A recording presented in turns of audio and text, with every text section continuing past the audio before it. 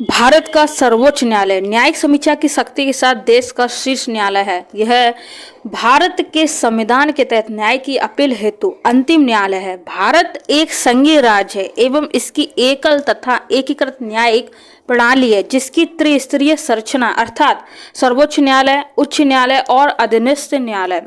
सर्वोच्च न्यायालय की संक्षिप्त पृष्ठभूमि को देखते हैं। वर्ष 1773 के रेगुलेटिंग एक्ट के जो प्रवर्तन से कलकत्ता में पूर्ण रूप शक्ति एवं अधिकार के साथ कोर्ट ऑफ रिकॉर्ड के रूप में सर्वोच्च न्यायाधिकरण की स्थापना की गई। बंगाल, बिहार, उड़ीसा में यह सभी अपराधों की शिकायतों को सुनने तथा निपटान करने के लिए वह किसी भी सूट या कार्यों की सुनवाई एवं निपटान हेतु स्थापित किया गया था।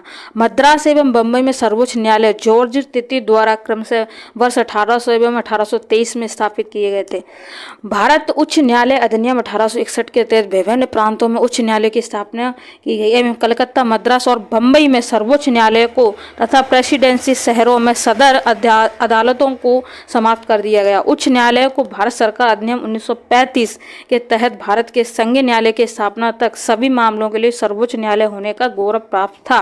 संघीय न्यायालय के पास प्रांतों और संघीय राज्यों के बीच विवादों को हल करने, उच्च न्यायालय के निर्णय के खिलाफ अपील करने सुनने का अधिकार क्षेत्र था। वर्ष 1947 में भारत को स्वतंत्रता मिलने के बाद 26 जनवरी 1950 को भारत का संविधान लागू हुआ। साथ ही भारत का सर्वोच्च न्यायालय भी अस्तित्व में आया एवं इसकी पहली बैठक 28 जनवरी 1950 को हुई। सर्वोच्च न्यायालय द्वारा घोषित कानून भारत के सभी न्यायालयों के लिए बाध्यकारी है। इसे न्यायिक समीक्षा की शक्ति प्राप्त है। संविधान के प्रावधानों एवं संवैधानिक पद्धति के विपरीत विधायी तथा शासनात्मक कार्रवाई को रद्द करने की शक्ति एवं संघ एवं राज्यों के बीच शक्ति का वितरण या संविधान द्वारा प्रदत्त मौलिक अधिकारों के विरुद्ध प्रावधानों की समीक्षा। आगे और देखते हैं संवैधानिक प्रावधान। भारतीय संविधान में भाग 5 संघ एवं अध्याय 6 में संघ न्यायपालिका के तहत सर्वोच्च न्यायालय का प्रावधान किया गया है। संविधान के भाग 5 में अनुच्छेद 124 से 147 तक सर्वोच्च न्यायालय के संगठन, स्वतंत्रता, अधिकार, क्षेत्र, शक्तियों एवं प्रक्रियाओं से संबंधित है। अनुच्छेद 124(1) के तहत भारतीय संविधान में कहा गया है कि भारत एक सर्वोच्च न्यायालय होगा जिसमें एक मुख्य न्यायाधीश सीजेआई होगा तथा 7 से अधिक न्यायाधीश नहीं हो सकते जब तक कि कानून द्वारा संसद अन्य न्यायाधीशों की बड़ी संख्या निर्धारित नहीं करती। भारत के सर्वोच्च न्यायालय के क्षेत्राधिकारी को सामान्य तौर पर मूल अधिकार क्षेत्र, अपीलीय क्षेत्राधिकारी और सलाहकार क्षेत्राधिकार में वर्गीकृत किया जाता है। हालांकि सर्वोच्च न्यायालय के पास अन्य शक्तियां हैं। सर्वोच्च न्यायालय का संगठन ऑर्गेनाइजेशन देखते हैं। भारत में सर्वोच्च न्यायालय में 31 न्यायाधीश, एक मुख्य न्यायाधीश होता है। सर्वोच्च न्यायालय न्यायाधीशों की संख्या 2019 में विधेयक में 4 न्यायाधीशों की वृद्धि की गई, जिसमें मुख्य न्यायाधीश सहित अन्य न्यायिक जो शक्तियां हैं उसमें 31 से बढ़ाकर 34 कर दी गई हैं। ठीक है, आगे और देखते हैं। मूल रूप से सर्वोच्च न्यायालय में न्यायाधीशों की संख्या 8, एक मुख्य न्यायाधीश एवं 7 अन्य न्यायाधीश निर्धारित किए गए हैं।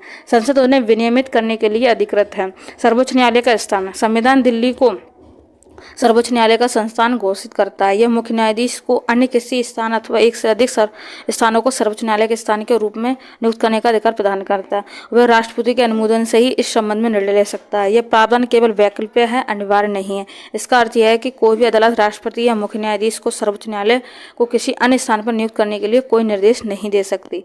न्यायाधीश की नियुक्तियां के बारे में समझते हैं। चलिए, सर्वोच्च न्यायालय के न्यायाधीशों की नियुक्ति राष्ट्रपति द्वारा की जाती है। यदि राष्ट्रपति आवश्यक समझता है तो मुख्य न्यायाधीश की नियुक्ति के लिए सर्वोच्च न्यायालय एवं उच्च न्यायालय के न्यायाधीशों की सलाह ली जाती है। अन्य न्यायाधीशों को राष्ट्रपति द्वारा मुख्य न्यायाधीश एवं सर्वोच्च न्यायालय तथा उच्च न्यायालयों के ऐसे अन्य न्यायाधीशों के साथ परामर्श के बाद नियुक्त किया जाता है यदि वह आवश्यक समझता है।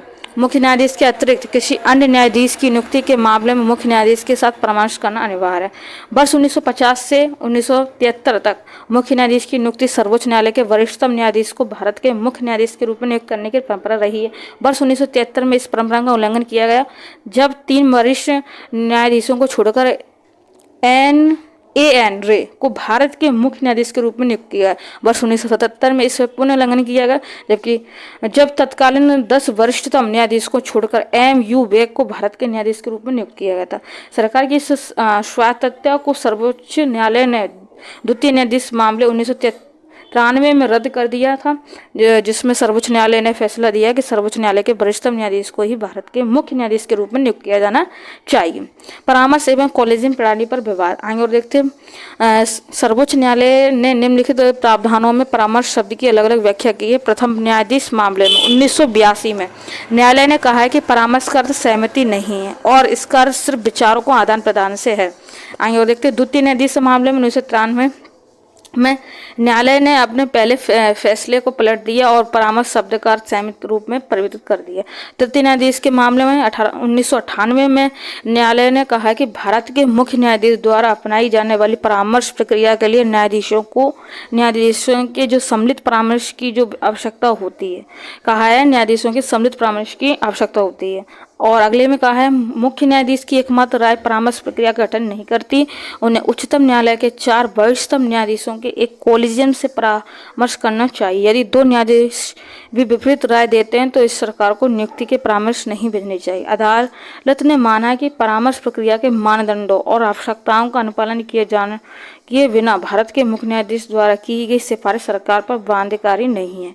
कॉलेजियम प्रणाली, एक बार फिर से समझते, कॉलेजियम प्रणाली की शुरुआत तृतीय न्यायाधीश मामले के माध्यम से हुई, वर्ष 1998 से चलन में है। इसका उपयोग उच्च न्यायालय और सर्वोच्च न्यायालय में मुख्य न्यायाधीश की नियुक्ति एवं स्थानांतरण के लिए किया जाता है। भारत के मूल संविधान में या संशोधन में कॉलेजियम को कोई उल्लेख नहीं है। कॉलेजियम प्रणाली का नेतृत्व, सर्वोच्च न्यायालय के कॉलेजियम का नेतृत्व सीजेआई भारत के मुख्य न्यायाधीश करते हैं और इसमें न्यायालय के 4 अन्य वरिष्ठ न्यायाधीश भी शामिल होते हैं। उच्च न्यायालय के कॉलेजियम का नेतृत्व उसके मुख्य न्यायाधीश और उच्च न्यायालय के 4 अन्य वरिष्ठ न्यायाधीश करते हैं। उच्च न्यायालय कॉलेजियम द्वारा नियुक्ति के लिए अनुशंसित नाम सीजेआई और सर्वोच्च न्यायालय कॉलेजियम द्वारा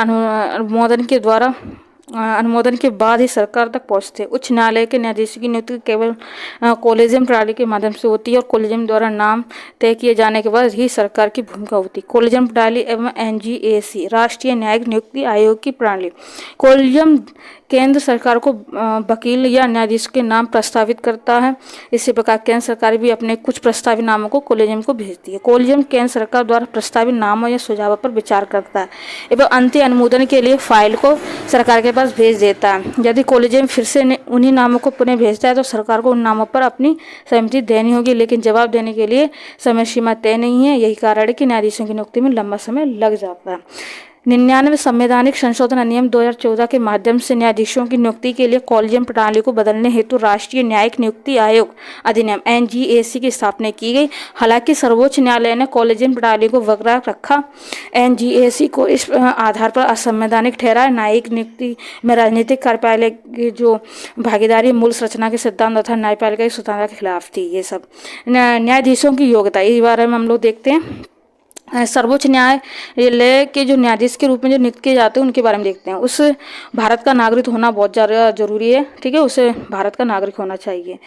उसे कम से कम 5 वर्षों के लिए किसी उच्च न्यायालय या उत्तरोत्तर 1 से अधिक न्यायालय का न्यायाधीश होना चाहिए, या ठीक है उसे 10 वर्षों के लिए उच्च न्यायालय या उत्तरोत्तर 1 से अधिक उच्च न्यायालय का अधिवक्ता होना चाहिए। उसे राष्ट्रपति के मत में एक प्रतिष्ठित न्यायवादी होना चाहिए। सर्वोच्च न्यायालय के न्यायाधीश के रूप में नियुक्ति के लिए संविधान में न्यूनतम आयु निर्धारित नहीं की गई है। शपथ का प्रतिज्ञान हम लोग देखेंगे। सर्वोच्च न्यायालय के लिए नियुक्त न्यायाधीश को अपना कार्यभार संभालने से पूर्व राष्ट्रपति या इस कार्य के लिए राष्ट्रपति द्वारा नियुक्त व्यक्ति के समक्ष निम्नलिखित शपथ आपको करनी पड़ेगी। ये सुप्रीम कोर्ट के लिए। आगे देखिए, भारत के संविधान के प्रति सच्ची श्रद्धा और निष्ठा रखूंगा। भारत की प्रभुत्व अखंडता को अक्षुण्ण रखूंगा। अपनी पूरी योग्यता, ज्ञान, विवेक से अपने पद के जो कर्तव्य उनका वो भय या पक्षपात, अनुराग या द्वेष के पालन करूंगा। ये सब संविधान एवं विधि की मर्यादा बनाए रखूंगा। ये सब उनकी प्रतिज्ञा है। चलिए आगे देखते हैं, न्यायाधीशों का कार्यकाल देखते हैं। संविधान ने सर्वोच्च न्यायालय के न्यायाधीशों का कार्यकाल तय नहीं किया। हालांकि इस संबंध में निम्नलिखित 3 प्रावधान किए गए हैं। वह 65 वर्ष की आयु का तक पदासीन रहता है। उसके मामले में किसी प्रश्न के उठने पर संसद द्वारा स्थापित संसद इसका निर्धारण करेगी। वह राष्ट्रपति को लिखित त्याग पर दे सकता है। संसद की सिफारिश पर राष्ट्रपति द्वारा उसे पद से हटाया जा सकता है। न्यायाधीशों को अपसद करना, आगे देखते हैं। राष्ट्रपति के आदेश से सर्वोच्च न्यायालय के न्यायाधीश को पद से हटाया जा सकता है। राष्ट्रपति उसे हटाने का आदेश तभी जारी कर सकता है जब इस प्रकार हटाए जाने हेतु संसद द्वारा इसी सत्र में ऐसा संबोधन किया गया हो।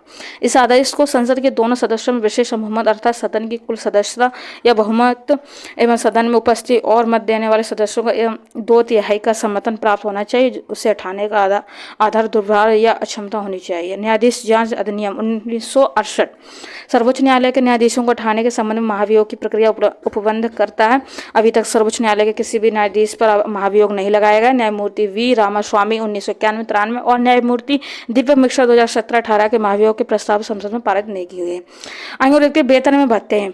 उच्चतम न्यायालय के न्यायाधीशों के वेतन भत्ते, विशेष अवकाश और पेंशन समय समय पर संसद द्वारा निर्धारित किए जाते हैं। वित्तीय आपातकाल के अतिरिक्त नियुक्ति के बाद इनमें कटौती नहीं की जा सकती। वर्ष 2021 है, बस 2021 में उच्च न्यायालय और सर्वोच्च न्यायालय के न्यायाधीश वेतन में सेवा की शर्तें संशोधन विधेयक 2021 लोकसभा में पेश किया गया था। यह विधेयक उच्च न्यायालय के न्यायाधीश वेतन सेवा शर्तें अधिनियम 1954 और उच्चतम न्यायालय के न्यायाधीश वेतन और शर्तें की अधिनियम 1998 में संशोधन का प्रावधान करता है। कार्यकारी मुख्य न्यायाधीश और देखते हैं, समझते हैं। राष्ट्रपति भारत के कार्यवाहक मुख्य न्यायाधीश के रूप में सर्वोच्च न्यायालय के किसी न्यायाधीश की नियुक्ति पर जो नियुक्ति कर सकता है, ठीक है, कर सकता है जब मुख्य न्यायाधीश का पद रिक्त हो, अस्थायी रूप से मुख्य न्यायाधीश अनुपस्थित हो, मुख्य न्यायाधीश अपने दायित्वों के निर्वहन में असमर्थ हो। तदर्थ न्यायाधीश के बारे में समझते हैं। जब सर्वोच्च न्यायालय के किसी भी सत्र को आयोजित करने या जारी करने के लिए स्थायी न्यायाधीशों के कोरम पूर्ति की कमी होती है तो भारत का मुख्य न्यायाधीश एक अस्थायी अवधि के लिए सर्वोच्च न्यायालय के तदर्थ न्यायाधीश के रूप में किसी उच्च न्यायालय के न्यायाधीश की नियुक्ति कर सकता।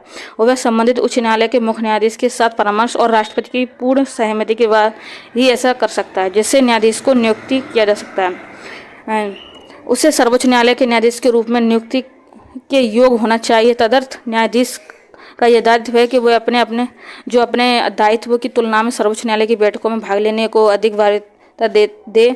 ऐसा करते समय उससे सर्वोच्च न्यायालय के न्यायाधीश के सभी अधिकार, क्षेत्र, शक्तियों, विशेषाधिकार और पदत्याग प्राप्त होते हैं। आगे देखते हैं सेवानिवृत्त न्यायाधीश।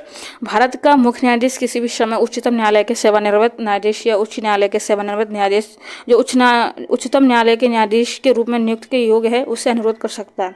वह अस्थायी अवधि के लिए सर्वोच्च न्यायालय के न्यायाधीश के रूप में कार्य करें। ऐसे नियुक्त किए जाने वाले व्यक्ति एवं राष्ट्रपति की पूर्व सहमति होने पर ही किया जा सकता है। ऐसा न्यायाधीश राष्ट्रपति द्वारा निर्धारित भत्ते प्राप्त करने के योग्य होता है। वह सर्वोच्च न्यायालय के अन्य न्यायाधीशों की तरह न्याय निर्णय शक्तियों एवं विशेषाधिकारों को प्राप्त करे, किंतु वे उच्चतम न्यायालय का न्यायाधीश नहीं माना जाएगा। न्यायालय की प्रक्रिया। सर्वोच्च न्यायालय राष्ट्रपति की मंजूरी के साथ न्यायालय के संचालन एवं प्रक्रिया को विनियमित करने के लिए नियम बना सकता है। संवैधानिक मामलों एवं संदर्भों को अनुच्छेद 143 के तहत राष्ट्रपति द्वारा निर्धारित किया जाता और कम से कम पाँच न्यायाधीशों वाली एक खंडपीठ द्वारा तैयार किया जाता है। अन्य सभी मामले आमतौर पर 3 न्यायाधीशों वाली पीठ द्वारा तय किए जाते हैं।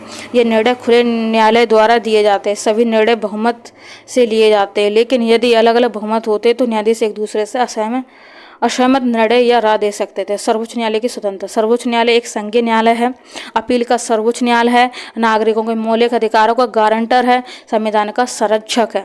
अतः इसे सौंपे गए कर्तव्यों के प्रभावी निर्वहन के लिए इसकी स्वतंत्रता बहुत आवश्यक हो जाती है। यह कार्यकारी मंत्रिपरिषद की और विधानमंडल संसद के अतिक्रमण, दबाव और हस्तक्षेपों से मुक्त होनी चाहिए।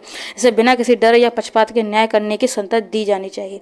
संविधान ने सर्वोच्च न्यायालय के स्वतंत्र और निष्पक्ष कामकाज को सुनिश्चित करने के लिए निम्नलिखित प्रावधान किए हैं। नियुक्ति का तरीका, कार्यकाल की सुरक्षा, निश्चित सेवा शर्तें, संचित निधि से न्यायाधीशों के आरक्षण पर बहस नहीं हो सकती, सेवानिवृत्ति के बाद वकालत पर रोक, अपनी अवमानना पर दंड देने की शक्ति, अपना स्टाफ